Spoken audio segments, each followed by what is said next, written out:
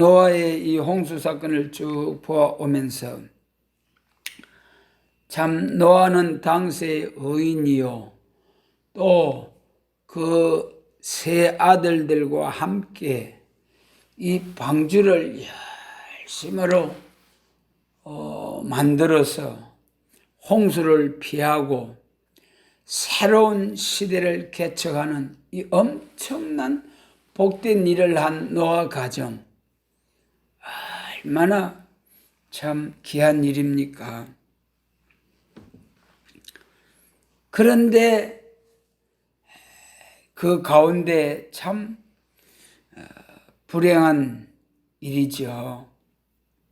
참 이제 여러분, 우리 부모된 여러분, 우리가 자녀들을 봐가면서 살아가면서 자녀들이 잘못될까 봐 부모들이 얼마나 자녀 잘 되기를 바라는 그 마음이 얼마나 간절하고 절절합니까? 그런데 홍수가 다 끝나고 새로운 개척을 시작해서 농사를 지어서 포도주를 잔뜩 먹고 취해서 수치를 드러내고 있을 때에 그 함이 아버지의 허물을 들춰냈다. 그 일로 인하여서 깊은 잠이 또 술에 취해서 잠이 들었던 노아가 딱 일어나서 그 입을 통해서 예언이 쫙 나와버렸는데 이 말씀이 너무 중요한 거예요. 지금 우리가 이 시대에 볼 때 이 예언이 말이죠. 하나님의 오메가의 역사, 인간의 종말에 될 일이 쫙 세 아들을 통해서 노아의 입을 빌어 하나님께서 나타내 주신 거죠.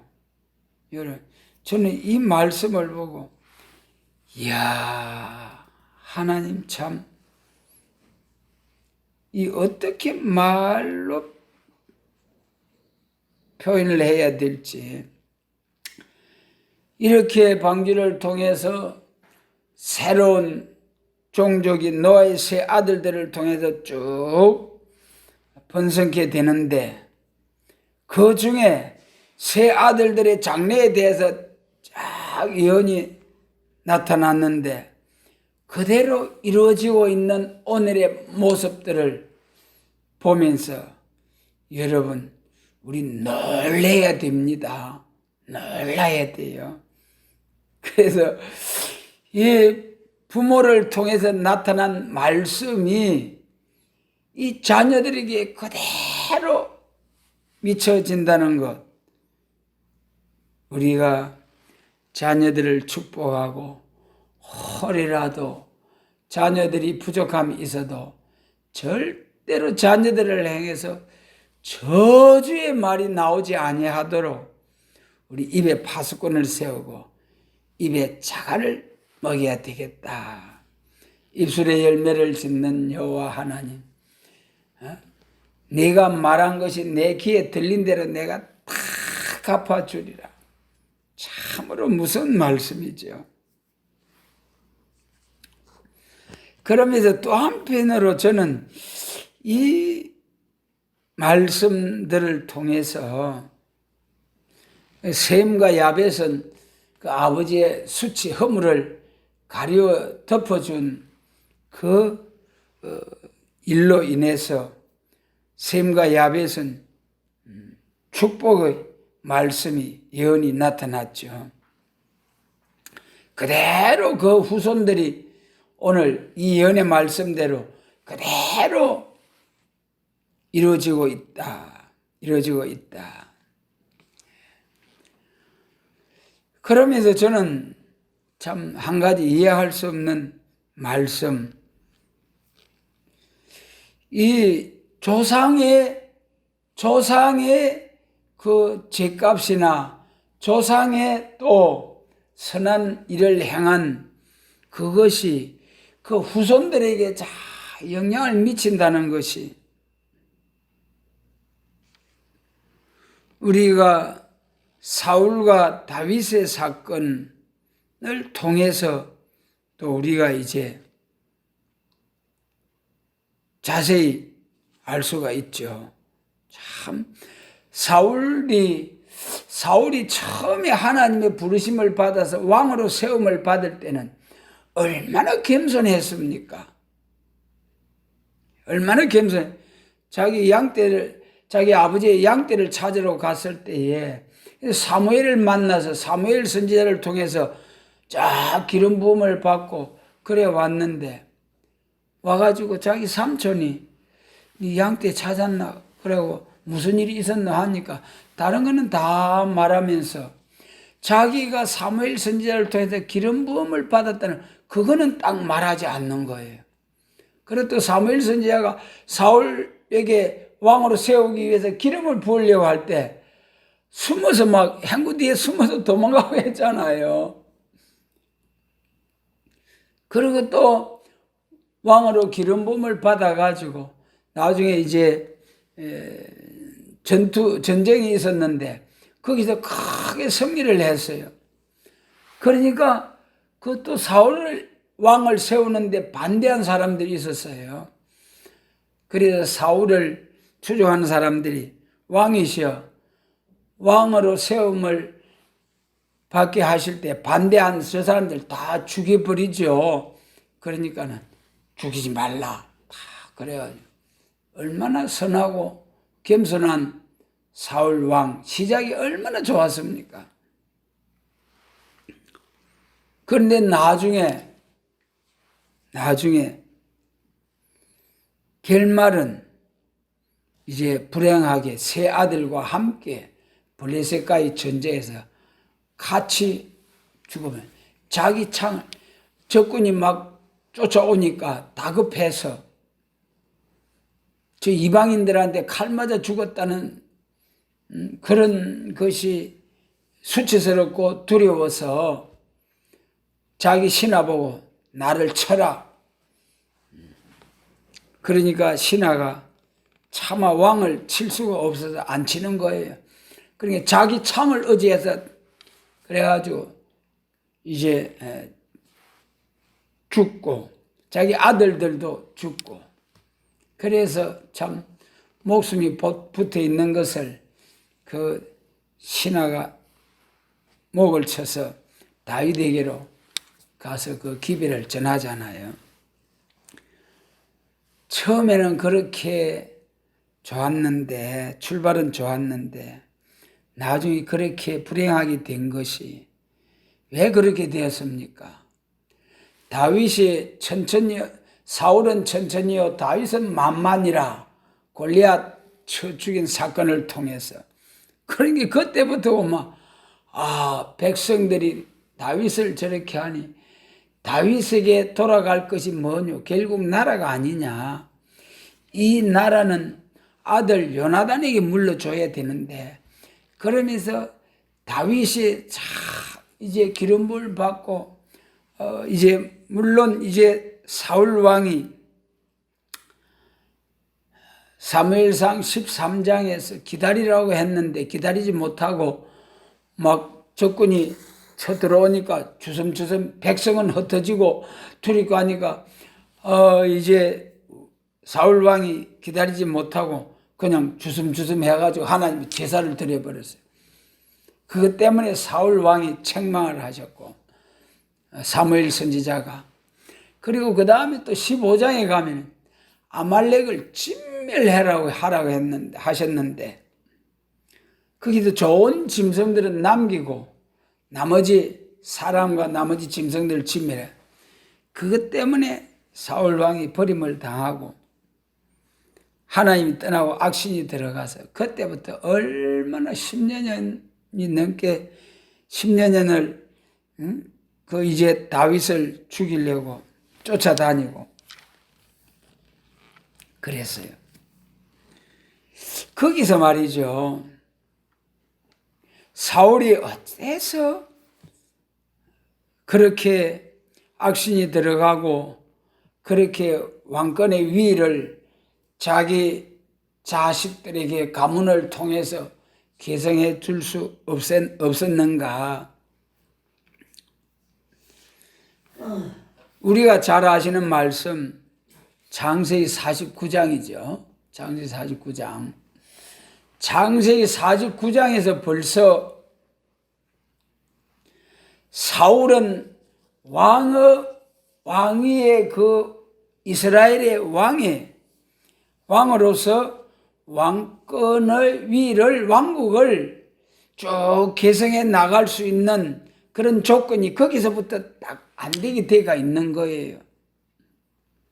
그래서 사울 왕이 창세기 49장에 야곱이 12 아들들에게 축복할 때에 그 말씀을 알았더라면은 그렇게 다윗을 추격해서 없이 해버리려고 하지 않았을 것이고, 또 하나는 다윗과 요나단을 비교할 때 아무리 봐도 다윗이 용맹스럽고 지혜롭고 하나님이 기뻐하시는 자라는 것을 알았을 터인데, 정말 양심껏 이스라엘 나라를 사랑하고 자기 사적인 욕심을 내려놓았더라면 자기 아들보다도 요나단보다도 다윗이 더 훌륭하게 나라를 왕으로서 나라를 다스려 갈 그런 준비된 다윗이다라는 것을 인정을 하고 다윗에게 왕의 위를 물려줄 그런 마음의 준비가 되어 있었다면 얼마나 좋았을까. 그리고 자기가 참 그렇게 악한 마음에 사로잡히지 않고 다윗에게 왕권의 위를 물려주고 자기가 조용히 물러났더라면은 참으로 처음 시작과 같은 마음으로서 끝까지 잘 겸손한 마음으로 나갔더라면 얼마나 좋았을까, 그런 생각을 가져봅니다. 그러므로 사울은 베냐민 지파의 자손이기 때문에 절대로 왕국의 왕위를 계승할 수 없는, 쭉 이어나갈 수 없는 그런 가문이었다. 그래서 창세기 49장에서 유다를 향해서 야곱이 축복할 때 홀이 유다를 떠나지 아니하고 형제의 찬송이 될지라 유다는 사자 새끼로다, 그렇게 축복을 하셨어요. 그래, 그 말씀대로 사무엘하 7장에 와서 말이죠. 사무엘하 7장에서 다윗이 헤브론에서 7년 또 이제 예루살렘으로 올라가 가지고 왕궁을 짓고 딱 살아가는데, 가만히 보니까 하루는 자기는 왕궁에 있는데 하나님의 교회는 휘장 속에 있는 걸 생각하고 하나님의 성전을 지어야 되겠다 그랬어요. 그리 마음에 생각만 했을 때에 하나님께서 벌써 나단 선지자를 통하여 왕이시여 마음에 있는 대로 행하소서 그러면서 다윗 왕에게 하나님이 말씀이 딱 임하는데, 나단 선지자를 통해서 내가 내 자손을 통하여 사울에게서 그 위를 패한 것처럼 패하지 아니하고 내 자손들이 혹 불의함이 있다 할지라도 사람 막대기와 인생 채찍으로 징계는 할지라도 사울에게서 위를 패한 것처럼 패하지는 아니하겠다. 그 말씀이 딱 나타나는. 그러니 다윗이 얼마나 감격스러운지요. 하나님 앞에 차 무릎 꿇고 기도하기를. 사무엘상 하 7장 마지막 부분에 종이 부족한데 이 웬 말씀입니까? 주께서 말씀하셨사오니 주님의 은혜로, 주의 은혜로 종의 집이 영원히 복을 받게 하옵소서. 그 유명한 기도를 드렸잖아요. 그래서 이 사울과 다윗의 사건을 통해서 볼 때에 유다 지파와 베냐민 지파를 조상으로, 유다와 베냐민을 조상으로 두고 있는 이 두 왕의 가문, 사울의 가문은 절대로 이스라엘 왕위를 계승할 수 없는 가문이었다. 이걸 사울이 몰랐다. 다윗은 알았는지 몰랐는지 알 수는 없지만은 하나님께서 다윗을 통해서 헌신하게 하시고 나라를 위해서 충성하게 하시고, 그래서 결국 통일왕국의 왕이 되었을 때에 이 다윗을 향하여 성전을 지어야 되겠다는 마음을 주시고 감동을 주시고, 그 마음을 통해서 또 하나님이 나단 선지자를 통해서 축복하실 때에 내 자손을 통해서 왕의 위가 폐하여지지 아니하겠다. 여러분, 그래서 통일왕국 솔로몬 왕의 그 시대가 끝나고 나서 딱 남북으로 분열됐잖아요. 그래서 그 시대에 보면, 분열왕국 시대에 보면은 북쪽 이스라엘 왕은 아예 분열될 때부터 열왕기상 12장에서 분열될 때부터 금송아지를 섬기는 여로보암 왕의 그 악행이 있었지만은 남유다 예루살렘 성전에서도 우상 숭배하는 이런 일들이 많이 있었고, 악한 왕, 북이스라엘 왕 못지않게 악한 왕들도 있었어요. 아하스 왕이나 므낫세 왕 같은 경우는 자기 아들들을 불 가운데로 지나게 하는 이런 우상의 제사 드리는 식으로 말이죠. 얼마나 악을 행했는데요. 그래도 끝까지 그 아들들을 통해서 왕권의 위가 쭉 이어져 가고, 어린 아이가 거기 그 아합의 딸 누굽니까? 유다의 왕비가 되어 가지고 자기 그 왕자들을 싹 죽이고 왕위를 찬탈한 그 여자가 누구죠? 이세벨의 딸 아달랴입니까? 아달랴. 예. 그때 그 왕자들을 다 죽일 때에, 그때 한 살쯤 되는 그 조카를 자기 고모가 싹 훔쳐다가 그래가지고 그 대제사장이 그 아달랴를 쳐서 죽이고, 숨겨 키운 그 아들을, 그 왕자를 왕으로 세우잖아요. 그때 그 제사장이 여호야다일 거예요. 아마 여호야다.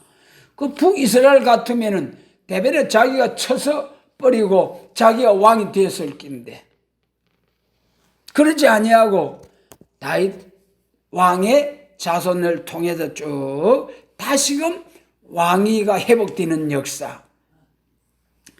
그렇게 해서 남유다는 쭉 다윗의 그 가문을 통해서 왕권이 이어져 왔어요. 북이스라엘은 남유다보다도 한 100몇십 년, 722년에 북이스라엘이 망하고 남유다가 586년에 망했으니까 40년? 그렇게 북이스라엘이 더 일찍 망했어요. 그런데도 불구하고 북이스라엘이 19의 그 왕이 있었는데 그 왕조가 9번 바뀌어서 9번. 그러니까 힘 있는 사람이 왕을 쳐버리면 그만 자기가 왕이 되고 9번이나 엎치락 뒤치락 하면서 북이스라엘은 왕조가 바뀌었어요. 그러나 아까 말씀드린 바와 같이 남유다는 한 살배기 어린 아이라도 나중에 키워가지고 다시금 다윗의 자손으로 왕의 계통을 이어오게 했다. 그래가지고 쭉 마지막에 시드기야 왕 때 왕의 계승이 끝나고 그 다음에 예수님으로 쫙 다시 다윗의 자손 예수 그리스도를 통해서 그 왕권의 위가 계승됩니다. 그래 이걸 볼 때에 그 조상의 그 계통, 족보 얼마나 중요하다는 것을 우리가 성경을 통해서 보게 됩니다. 그런데 또 하나 이 궁금한 것은 말씀이죠. 신명기 24장에 보면은 아비는 그 자식을 인하여 죽임을 당치 않을 것이요 자식들은 그 아비를 인하여 죽임을 당치 않을 것이라. 각각 자기 죄에 죽고 또 이제 아비의 죄를 담당치 않고 자기 죄를 죄 때문에 죽는다고 했는데 저는 이것이 참 좀 아직도 이해가 안 돼요. 성경 한편에서는 조상의 저주로 인하여 자손이 죽임을 당하지 않는다. 부모의 죄값으로. 그런데 이런 사건들을 통해서 볼 때에 이 세 아들들에게 나타난 말씀이 오늘날까지 쭉 이제 그 후손들에게 미치는 것을 다시 한번 살펴보면은 함은 저주를 받아서 함의 아들 가나안은 저주를 받아 형제의 종들의 종이 되기를 원하노라. 이것이 지금에 와서 우리가 과거를 돌아볼 때에 이렇게 참 하나님의 말씀은 한 획도 떨어지지 아니하고 천지는 없어져도 없어지지 아니한다는 말씀 그대로이구나. 우리 예수님이 말씀하셨죠. 그러므로 이 세 아들들의 후손들이 쭉 각각 대륙별로 나눠서 정착에 살게 되었다고 말씀드렸잖아요. 그 중에 이제 함의 자손들은 남쪽으로 쭉 진출해서 아프리카에서 이제 흩어져 살게 되었습니다. 그런데 이 가나안이 저주를 받은 것이 언제부터 그것이 확실하게 드러나게 되느냐. 우리가 쭉 역사가 진행돼 내려오면서 역사를 보면은 우리가 농경사회가 이루어질 때까지는 크게 차별이 없었어요.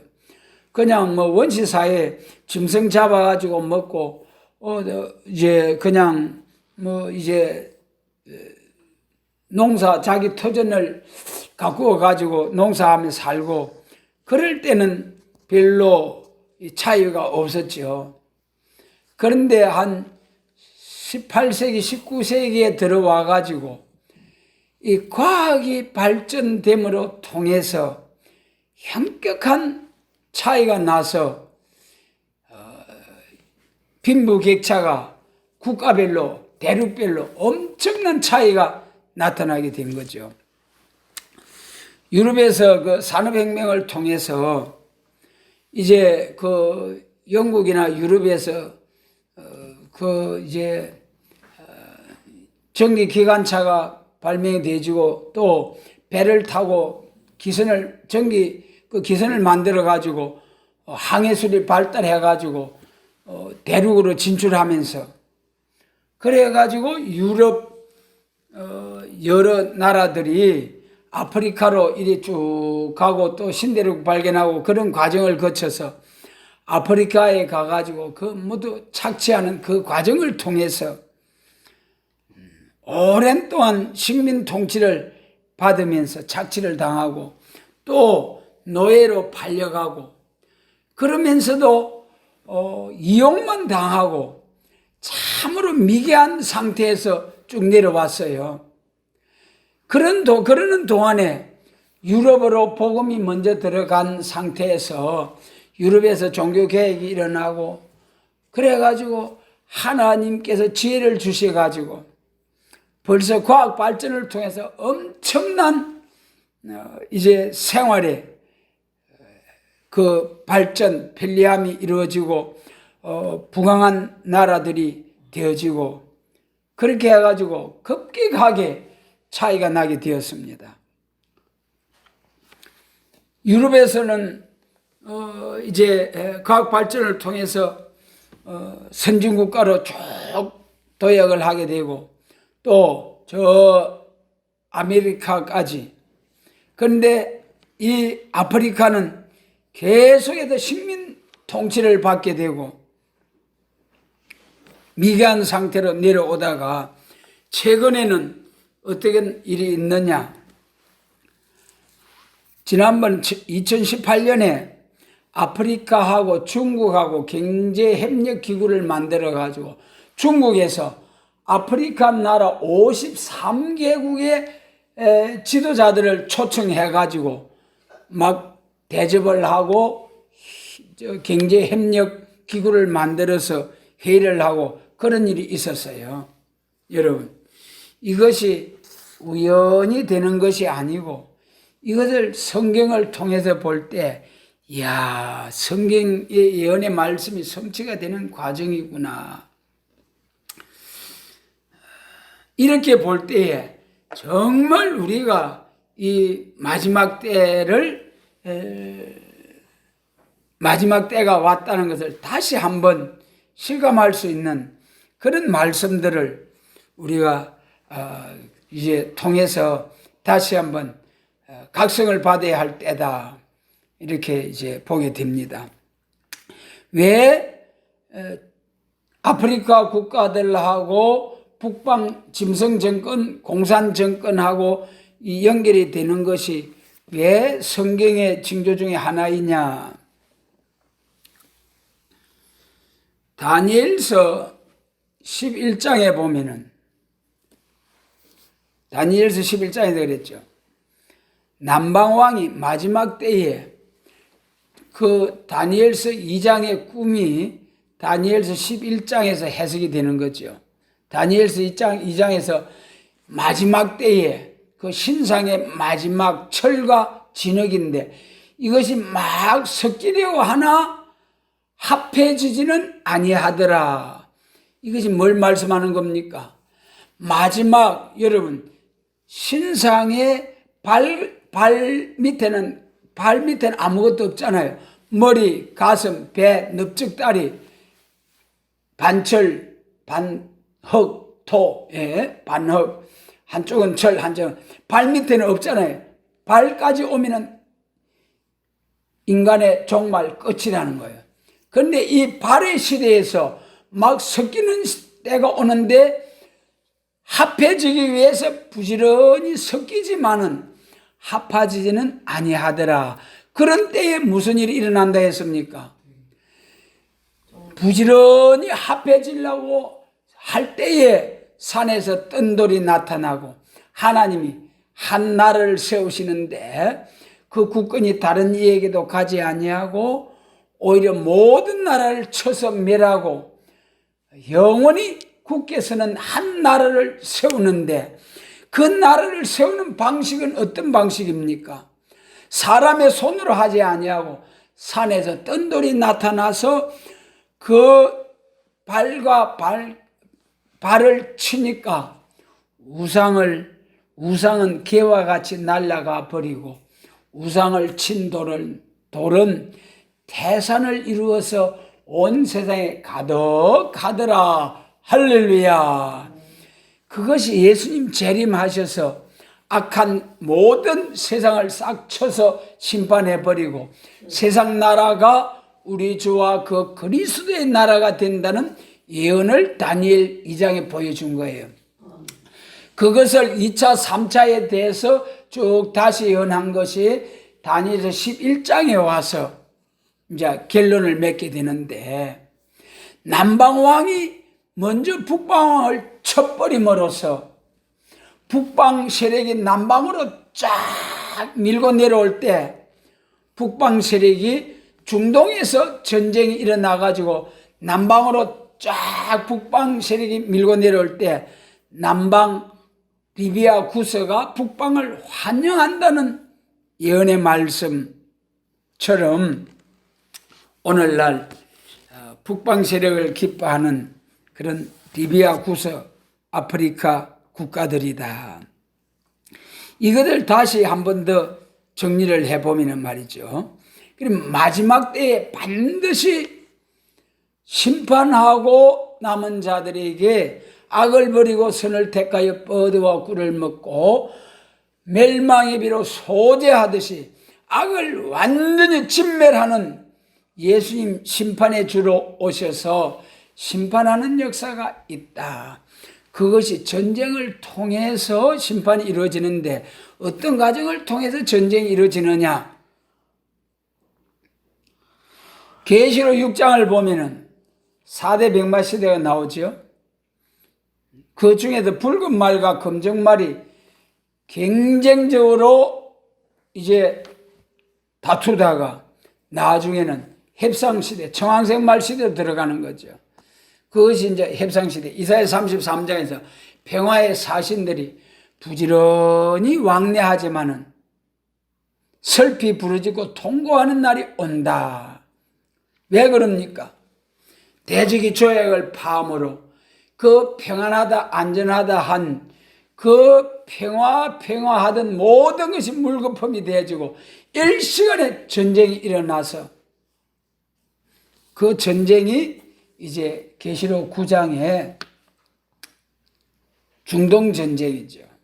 중동전쟁. 여러분 조금 좀 복잡해집니다만, 그래서 이 대적이 조약을 파함으로 전쟁이 일어나는 순서가 다니엘서 11장에서 남방왕이 북방왕을 먼저 쳐버린다는 거예요.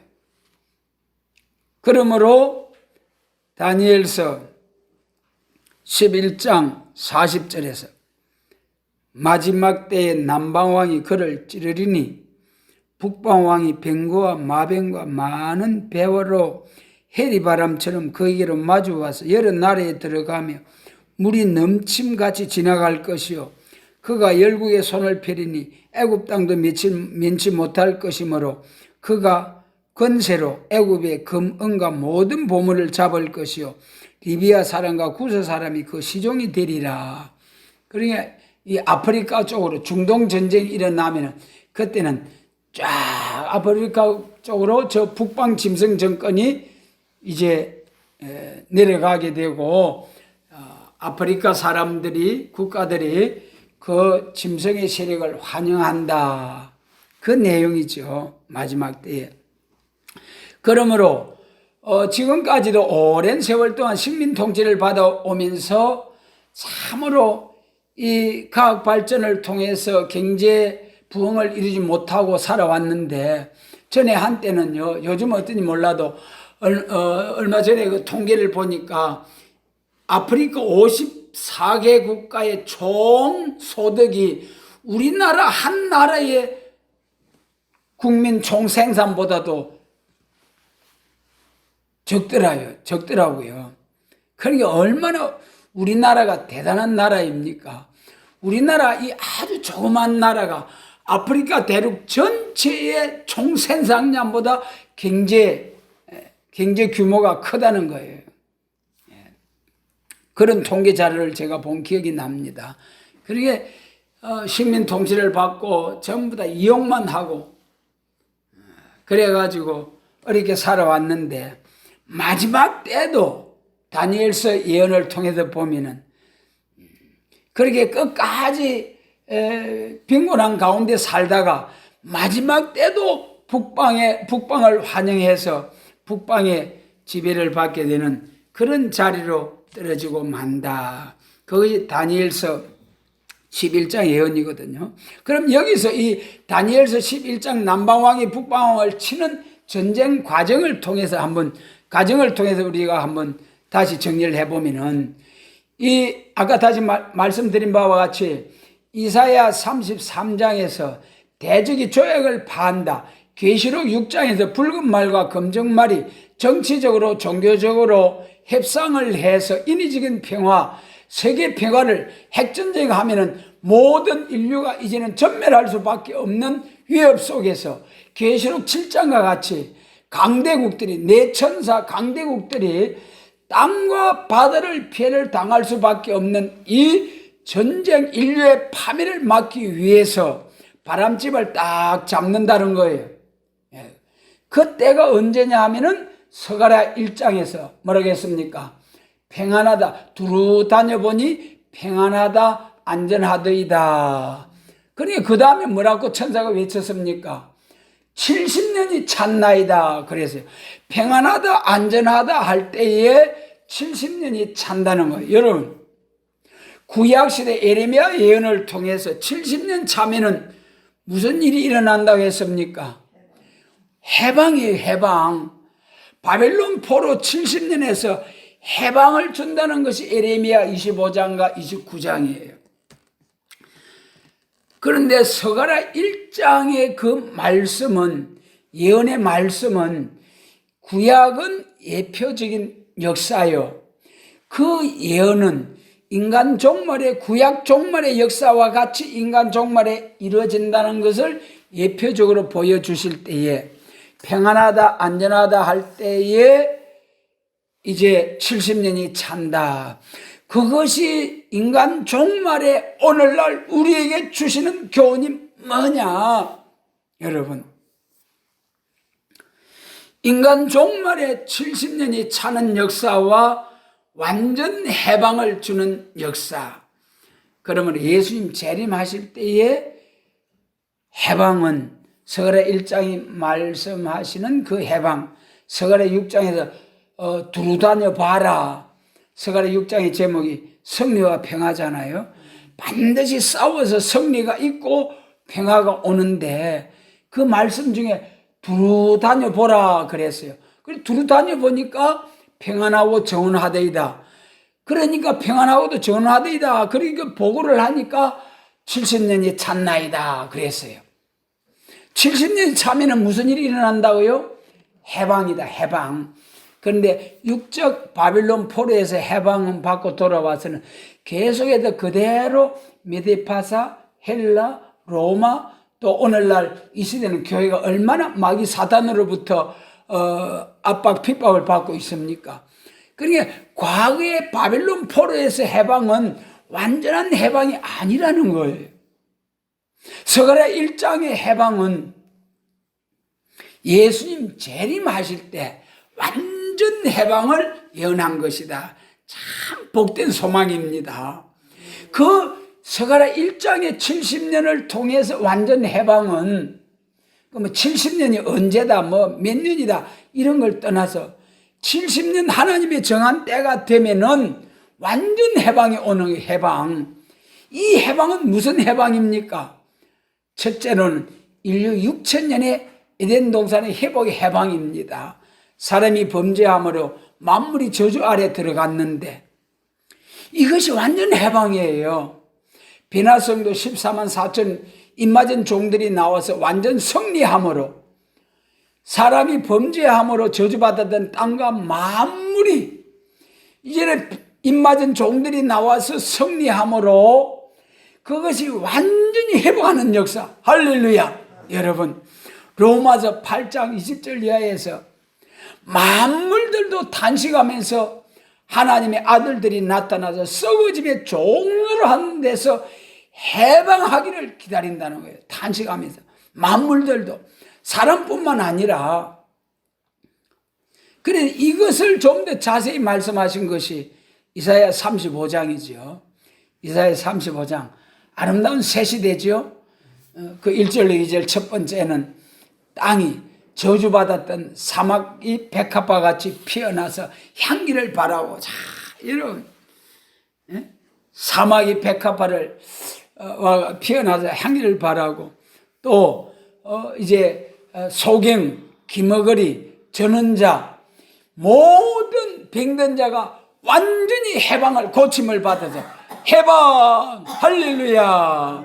지금까지 은사 역사를 통해서, 지금까지 은사 역사를 통해서 주여 해가지고 이 영상 같은 거 우리 참 능력 있는 목사님들 보면 이 짚고 지팡이 가지고 어떤 거 휙 던져버려, 안경도 던져버리고 그래 고침 받아가지고 기뻐서 할렐루야 하는 그런 것들 우리가 보지 않습니까? 지금도 하나님 살아 역사하신다는 거예요. 그러나 그렇게 고침을 받고 한 사람들도 암에서 고침을 받았다고 감사합니다 하면 감사 헌금 드리고, 여러분 병들었다 나은 것이 감사합니까? 병 안 들고 계속 건강한 게 감사합니까? 안 들고 계속 건강이 훨씬 감사하죠. 건강하다 하는 건강 축복 주셨다고 우리 감사 헌금 드리는 사람 있습니까? 병들었다고 죽을 고생하다가 고침을 받았다고 감사합니다 하지만 평소에 우리 건강한 것은 모르고, 감사할 줄 모르고 살아가는 그런 인생입니다. 더 감사해야죠. 그래서 이 참 병든 모든 사람들이 싹 치료함을 받아서 은사로 치료받아도 또 흙으로 돌아가 죽잖아요. 그런데 서가랴 1장에 70년이 차서 해방받는 역사는 영육의 완전 해방입니다. 완전 해방. 만물의 해방인과 동시에 오늘날까지 우리 사람들은 영혼 구원의 해방, 영혼이 죄와 사망의 권세 아래에서 해방받은 거죠. 죄와 사망의 허감 아래에서 우리가 해방을 받은 거잖아요. 그래 오늘날 사도행전 2장부터 오늘날까지 계속해서 성령 충만 받아가지고 예수님을 주님으로 모시고 살지만은 바울 사도같이 감격스러운 삶을 살았지만은, 성령 충만한 삶을 살으셨지만은 결국 흙으로 돌아갔잖아요. 그것이 영혼 구원의 해방입니다. 그러나 다시 말씀드립니다마는 서가랴 1장에 70년이 찼나이다. 평안하다 안전하다 할 때에 70년이 찼나이다. 데살로니가 전서 5장 평안하다 안전하다 할 때에 호련히 도적같이 주님이 재림한다고 하셨잖아요. 평안하다 안전하다 할 때 인위적으로 협상 평화를 통해서 세계 평화를 누리려고 했지만은 평화가 깨어지면서 전쟁이 일어나는 거예요. 그 순서가 어떻게 된다고 했습니까? 대적이 조약을 파함으로, 이사야 33장 대적이 조약을 파함으로 전쟁이 일어나는데 다니엘서 11장에서 남방왕이 북방왕을 먼저 쳐버린다는 거예요. 그래서 저 짐승 공산 정권과 자유민주주의 정권이 평화하면서 강대국들이 평화조약을 맺는 거예요. 그리고 짐승이 양심이 있습니까? 그렇기 때문에 무자비하게 그 조약을 자기한테 불리할 때는 지키고, 자기가 이제 힘을 기르고 이길 자신감이 있으면은 무자비하게 조약을 뭉개버리고 돌진하는 것이 짐승이잖아요. 양심이 없잖아요. 그러니까 계시록 7장에 바람집을 잡고 있다가 이제는 정한 때가 되니까, 그 정한 때가 무엇입니까? 우리 하나님의 종들이 인을 다 치고 나니까 또 예비치에 택한 백성을 다 이제 예비치에 들어가게 해놓고 나서 그 다음에 계시록 9장 14절 유브라데 강에 결박한 내 천사를 놓아 주라. 그러니까 유브라데 강 중동에서 전쟁이 일어나가지고 사람 3분의 1이 죽더라. 그래서 계시록 7장에서 딱 바람집을 잡고 있는데 언제까지 잡고 있어야 했습니까? 우리 하나님의 종들의 이마에 인을 다 칠 때까지 바람집을 잡아라. 여러분, 세상의 전쟁, 환란 모든 것이 절대로 하나님의 주권 아래에서 움직입니다. 절대적으로 하나님 허락하여서. 그러니까 우리는 하나님의 품 안에서 안식을, 평안함을 누릴 수 있는 거예요. 그래서 유브라데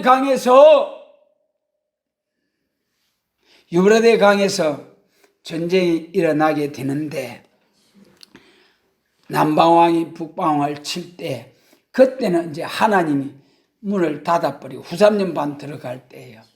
다니엘서 7장처럼 넷째 짐승에서 뭐가 나온 데 있습니까? 10뿔이 나오고, 또 큰 입을 가진 큰 말하는 또 작은 짐승 한 마리가 나와가지고 새 왕을 콱 굴복을 시키더라.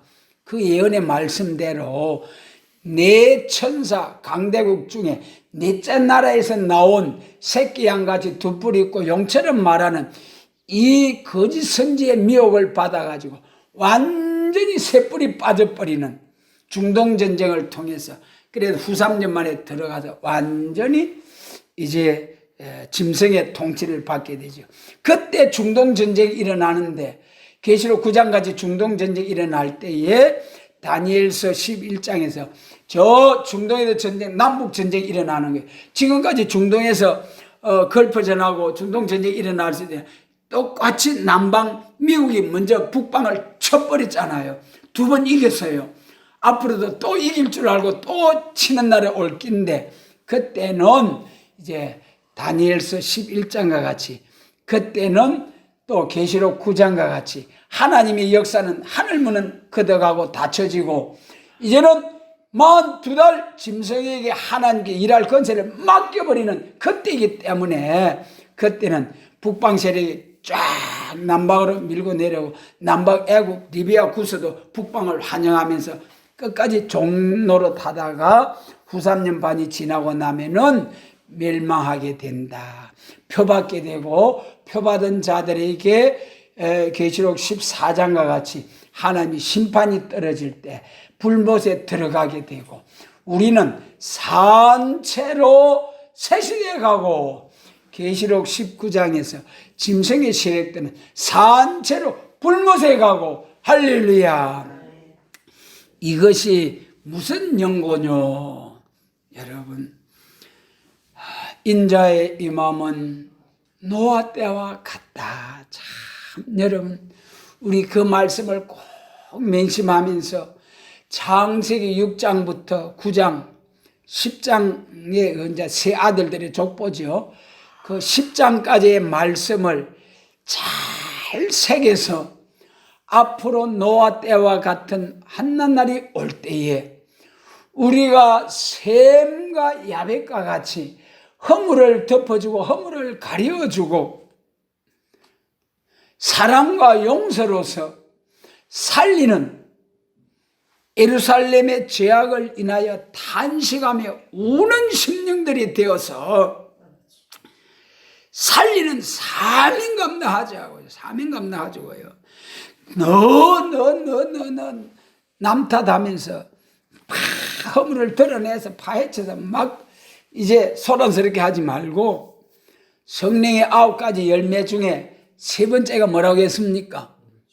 사랑과 희락과 화평. 여러분, 우리 성경에서는 화평케 하는 직책을 주셨느니라. 여러분, 우리 하나님의 자녀들은 전부 다 하나님과 우리 사이에 화평케 하시고, 또 예수 믿는 성도들 사이에 화평케 하는 직책을 주셨다는 거예요. 직책을. 우리 자신을 한번 가만히 생각해 보자고요. 내가 가는 그곳에서는 분쟁이 일어나고 소란스럽다가도 딱 잠잠해지고 풍랑을 잠잠케 하는 역사가 있는가? 오히려 잠잠하는 가운데서도 내 말 한마디에 막 소동이 일어나고 풍랑이 일어나고 싸움박질이 일어나고, 어떤 사람인가? 나는 함에 그 아버지의 허물을 보고 그것도 남에게 뭐 동네방네가 그때 있었는지 모르겠습니다만 자기 형제들한테 가서 이야기했는데 그것을 노아는 몰랐을 거예요. 깊은 잠에 빠졌는데 포도주에 잔뜩 취해가지고 깊은 잠에 빠졌는데 그 잠에서 깨어난 노아를 통하여 그 아들들이 행한 것을 알게 하시고 그 입을 통해서 자녀들의 장래에 대해서 예언이 쫙 나와버린 거예요. 그 예언이 인간의 종말까지 마지막 때까지 그 후손들이 받아야 할 저주와 축복, 여러분, 우리가 과거를 돌아보면서 하나님께서 우리에게 맡겨주신 자녀들에게 복을 물려주기 위해서 어떠한 가문을 이루어야 되겠다. 여러분, 그러므로 참으로 우리가 생각만 해도 얼마나 감사한지요.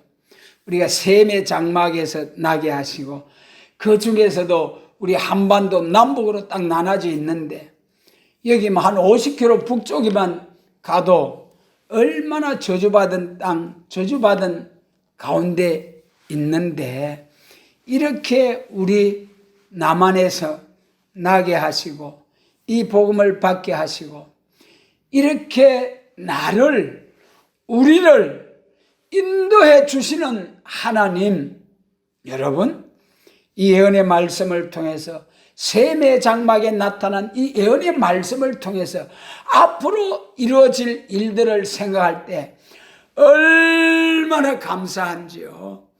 얼마나 감사한지요. 감사함으로 정말 이 복음을 위해서 작은 일에 맡은 일에 죽도록 충성하는